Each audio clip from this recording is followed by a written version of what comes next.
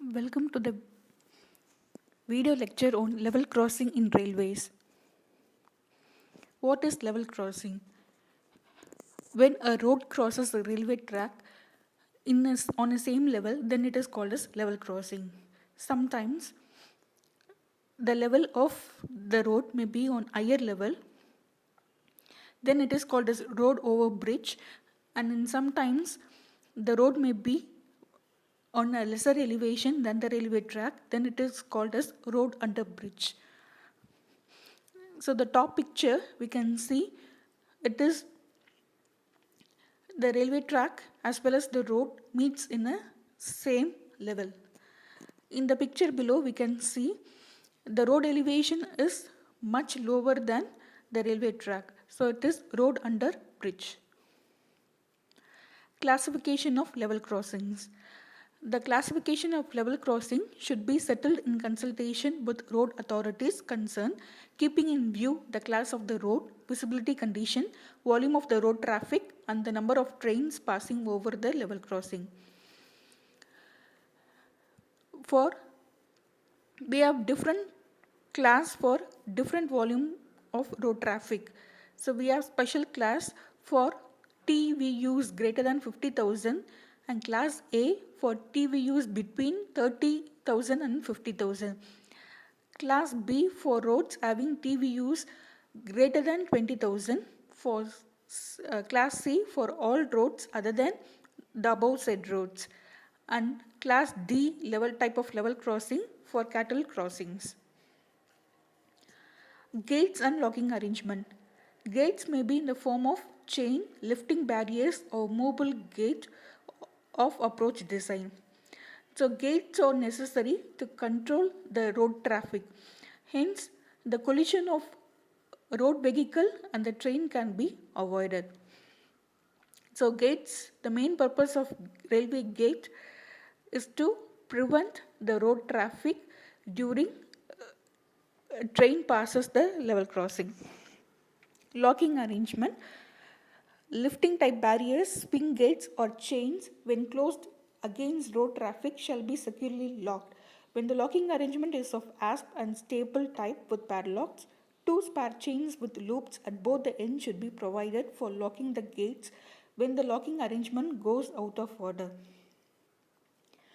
In the picture left, we can see lifting type of barrier, and on the picture right, we can see mobile gates.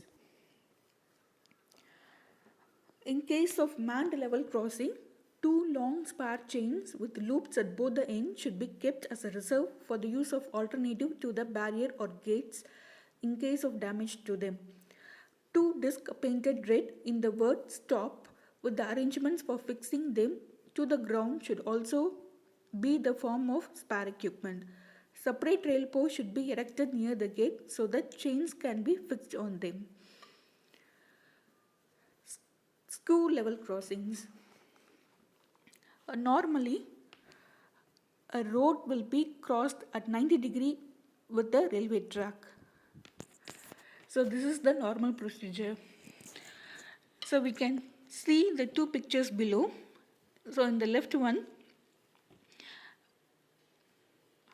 we can see both the railway track and the road are at inclined position. So it is not a triangle.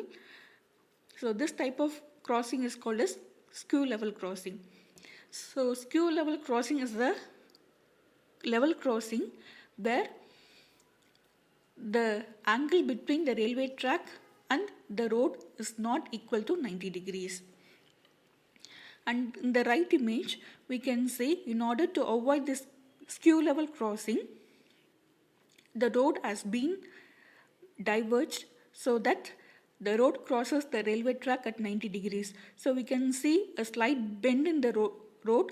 So the alignment of the road near the railway track has been changed.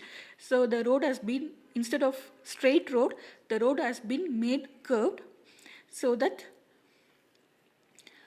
road vehicle approaches the railway track at 90 degrees. So visibility requirement for the unmanned level crossing. For new unmanned level crossings, the visibility requirement for road users along the track shall be 600 mm with single or double line track. Where it is not feasible, the distance may be reduced suitably with the approval of Chief Engineer, provided the maximum permissible speed limit less than 100 km per hour. Visibility of trains for road users at unmanned level crossing may be assessed from a distance of 5 meters from the center of the track.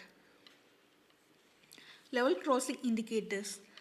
At the approaches of all unmanned C-class type of level crossing or manned level crossing, where the view is not clear on either side of a distance of 600 meters, and those which have normal position open to road traffic without interlocking and protection by signals, under special conditions, bilingual whistle board as per IRPWM Annexure 9/5 should be erected at 600 meters along the track from the level crossing to enjoin the drivers of the approaching trains to give audible warning of the approach of a train to the road users.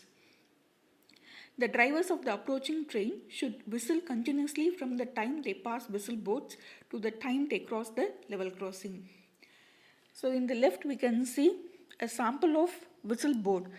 So W bar L indicates, so the driver has to whistle continuously because he is approaching a unmanned level crossing or manned level crossing where the visibility is poor. So from this point, the driver has to whistle continuously until he passes the level crossing, and we can see in bilingual languages or two languages, so Hindi and English. And stop boards. On the road approaches to all unmanned C-class level crossings, stop boards should be provided on the road at either side of the level crossing, a suitable point within the railway boundary. This shall consist of a board 675 mm by 525 mm on a suitable post bearing the indication of an engine and the legend "Stop, look out for trains before crossing" in English, Hindi and regional language. The paint shall preferably be of luminous variety. The distance of the stop board from the track on the approaches of the unmanned level crossing shall be 5 meters from the center line of the nearest track within the railway boundary.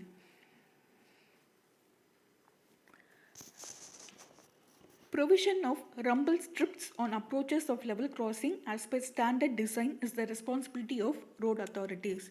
However, Railway has to provide speed breakers as per standard design on both manned as well as unmanned level crossing, irrespective of whether the approach road are metalled or unmetalled, as a temporary safety measure till such time these are replaced with rumble strips of proper design by the road authorities.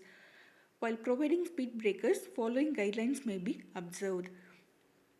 One speed breaker should be provided on either approach of level crossing located within the railway land boundary at a distance maximum feasible but not exceeding 20 meters, covering full width of the road including berms. For safety reason, the paint marking should be provided and their maintenance ensured. Standard warning signs for speed breakers should be invariably provided as prescribed below. So for class 1 type of road, in the plain area, 120 meter distance, so before 120 meter distance, the warning sign of speed breaker should be located. And for hilly areas, it is 60 meter.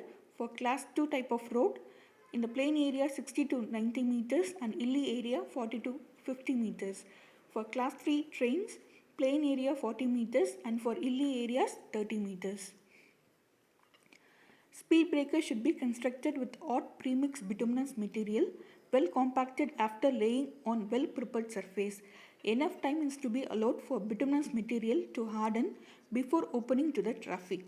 On berms and unmetalled roads, the speed breaker should be supported on proper base of compacted road metal. So we can, to the right of this PPT, we can see an image. So in a rectangular luminous strip, we can see The rail sign.